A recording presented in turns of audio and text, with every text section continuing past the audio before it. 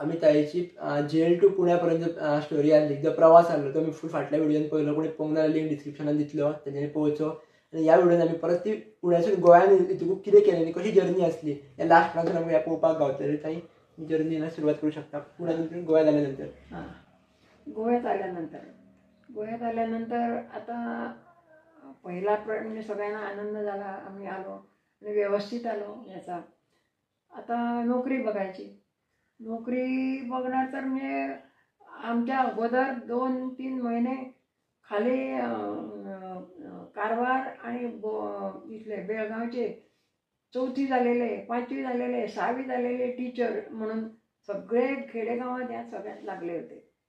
आता नोकरी कशी मिळणार आणि कुठं मिळणार तर मला पणजीत हवी होती कारण माझी मनोदय माझा काय होता मला शिकायला मिळालं नाही माझ्या भावंडांना मला शिकवायला पाहिजे हे माझ्या मनात होतं म्हणून ते कसं कुठेही राहून येता येत नाही ना कारण मी समजा फार 70ीत पडले तर तिथं बिराडकून त्या मुलांना तिथं शिकवायला जमलं नसतं ना म्हणून मला पणजीत हवं होतं म्हणून मी पणजीत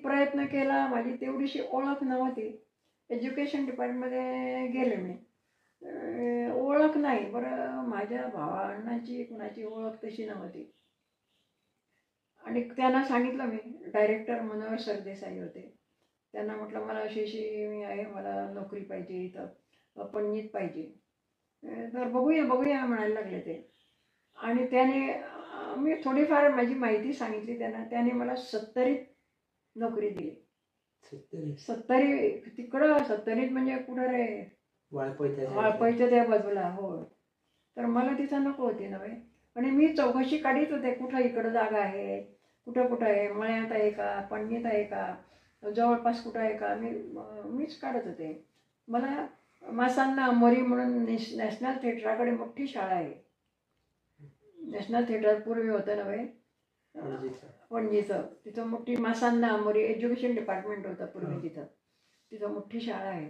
तर मला कोणी सांगितलं तिथं 2-3 जागा आहेत ते त्याने मनोहर सरदेसाईने आपल्या माणसांना कोणाला तरी ठेवले आहेत गेले मी दुसऱ्या दिवशी तर मी म्हटलं मी वाळपईला जाऊ शकत नाही असं माझी अडचण आहे तेव्हा मला काही करा आणि पणजीत नाही तर पणजीच्या आसपास मला द्या मग पणजीत कुठं जागा आहे पणजीत भरल्या सगळ्या जागा वगैरे मी म्हटलं मासांना म्हणत जागा 3 आहे ते कुणाला ठेवलं का विचारलं मी डायरेक्टर तो होय पण हे देवानंच मला हे दिलं नव्हे ते मला त्यातली एक द्याम सांगितलं आणि ते पोळया म्हणायला लागले मी पोळया बी ना मला म्हटलं तिचा पाहिजे तर झालं मी वाट बघते चल तू घरामागे कळेताम सांगितलं घरी गेले किती दिवस आहे येत नाही जाग नाही एक दिवस आले आणि ऑफिसमध्ये बसले म्हणजे तुम्ही म्हटलं मला देतो म्हटलं अजून काहीच जाग नाही म्हटलं कधी देणार मला शाळा सुरू झाल्या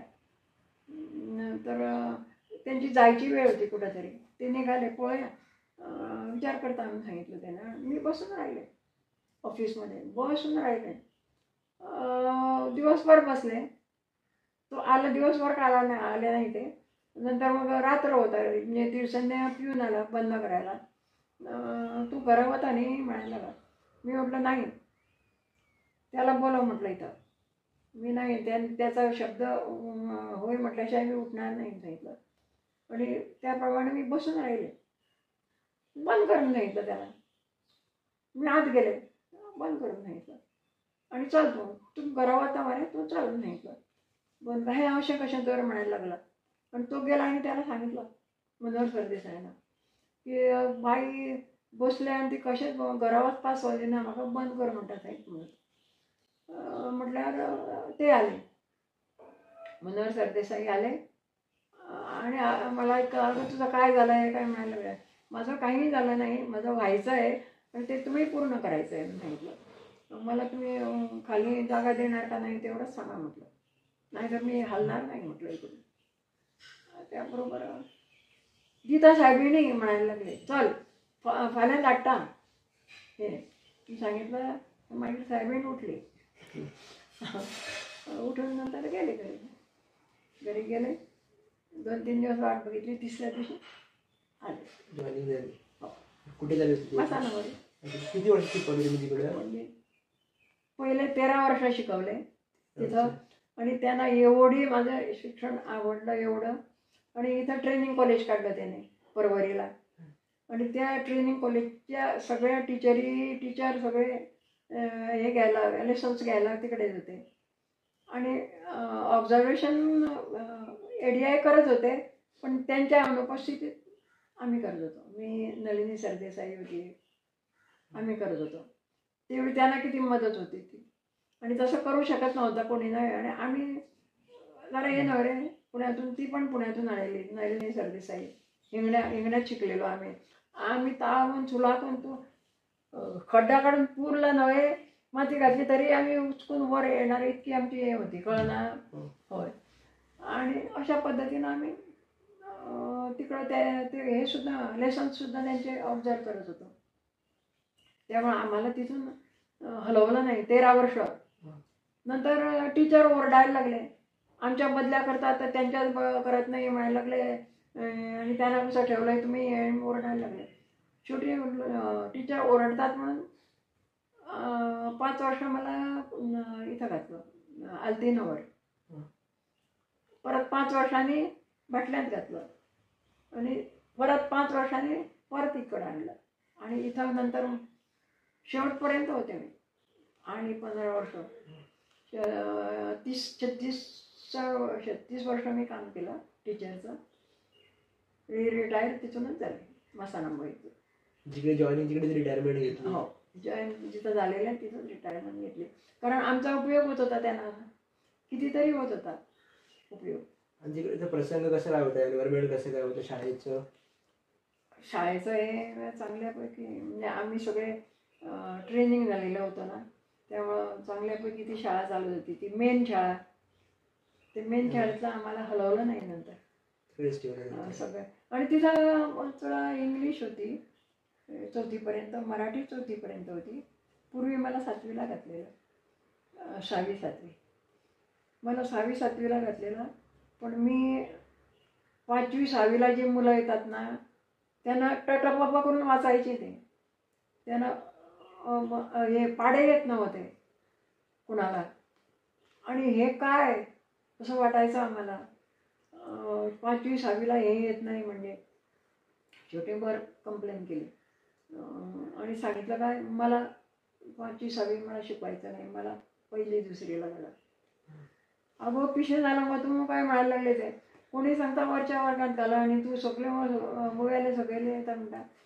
पण मला पैशांची होती, पण पोरांचं नुकसान करून मला पैसा नको होता. ती पोरं म्हणजे आमचीच मुलं नव्हे, तुम्ही आमचीच मुलं, समाजाची मुलं, मी आमची मुलं नव्हे. तर त्या मुलांचं नुकसान करून मला पैसा कमवायचा नव्हता. परत तुम्ही खाली आलाय? हो, परत 1ली 2री. कारण मला व्यवस्थित मुलांना सगळं शिकवायचं होतं. पाढे हे 2 ते 30पर्यंत पाढे.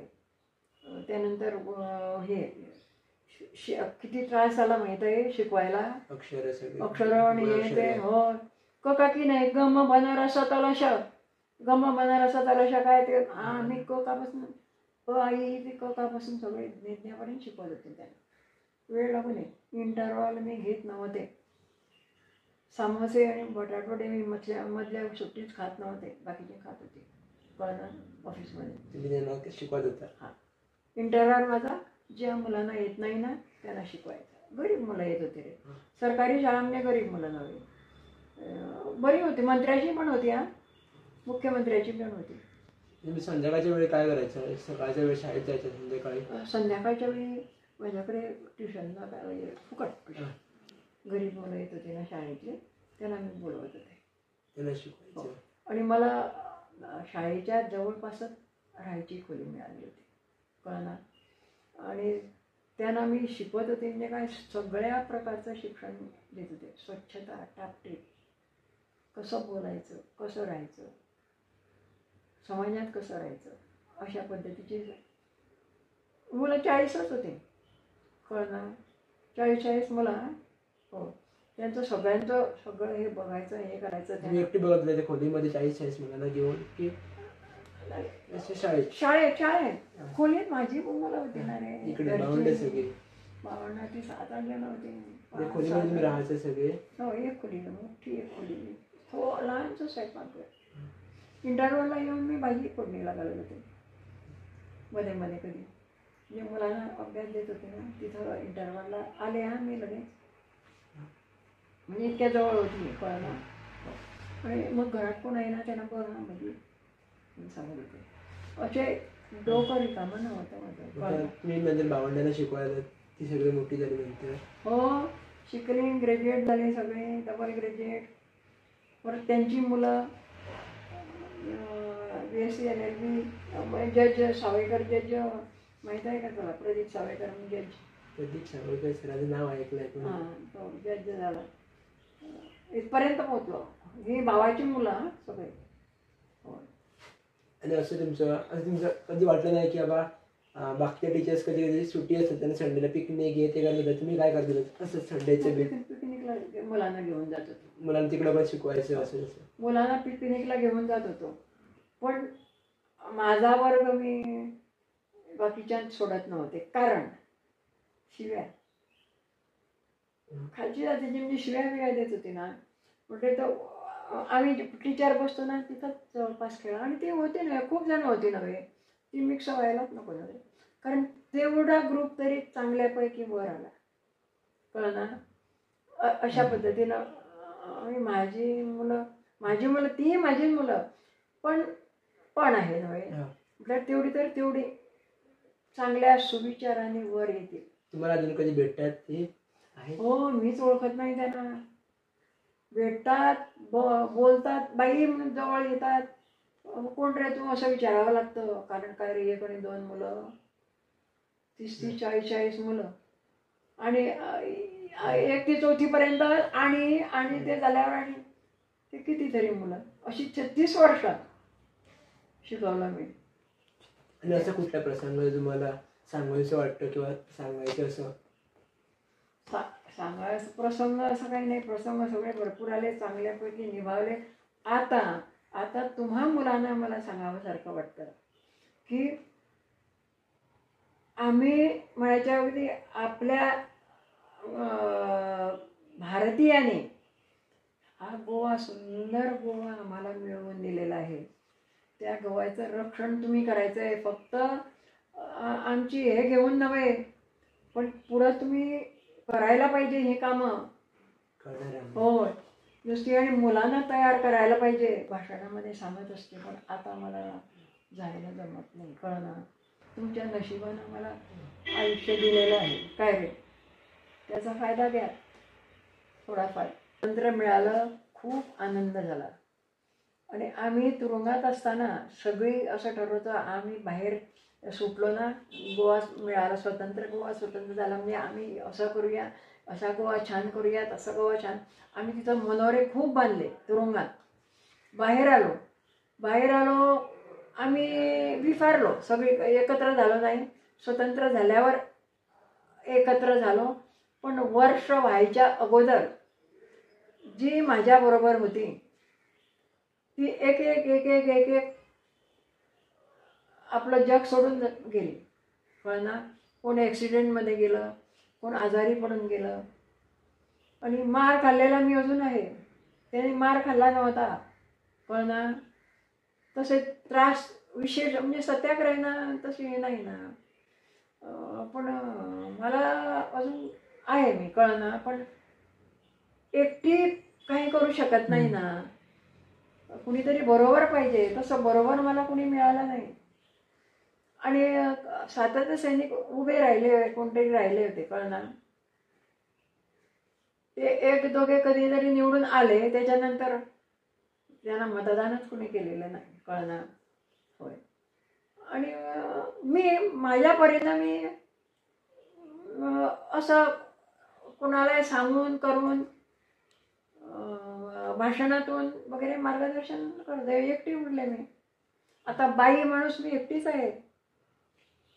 गोव्यातल्या बहुतेक सगळ्या गेल्या, त्यामुळे मी एकटी काही करू शकत नाही ना, जरा तरी बरोबर पाहिजे ना कोणीतरी. आणि आता तर नाही. आणि त्यामुळं जेवढं मला शक्य होतं त्याप्रमाणे कुणी समजा मला चान्स मिळेल तसा मी प्रोपोगंडा. बट तुम्ही असं फ्रीडम फायटर म्हणून होता, तुम्हाला असे काहीतरी स्पेशल असं जॉबसाठी किंवा याच्यासाठी असे काही रिक्वेस्टीज असं काही आलं नाही किंवा असं बोलवलं स्टार्टिंग मीटिंग असं काही नाही, तुम्ही या असं म्हणजे कुठं बोलवायचं पण असे प्रोग्राम्सला याची कुठून स्टार्ट झालं असं म्हणायचं होतं की नाही. तसे बोलतात फ्रीडम फायटर सगळे बहुतेक किती जण बोलवून घेऊन जातात मला. पण सत्कार भरपूर झाले.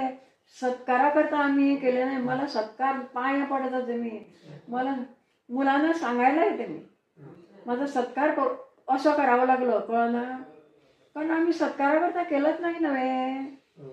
आम्ही आमच्या गोव्याकरता केलेला आहे.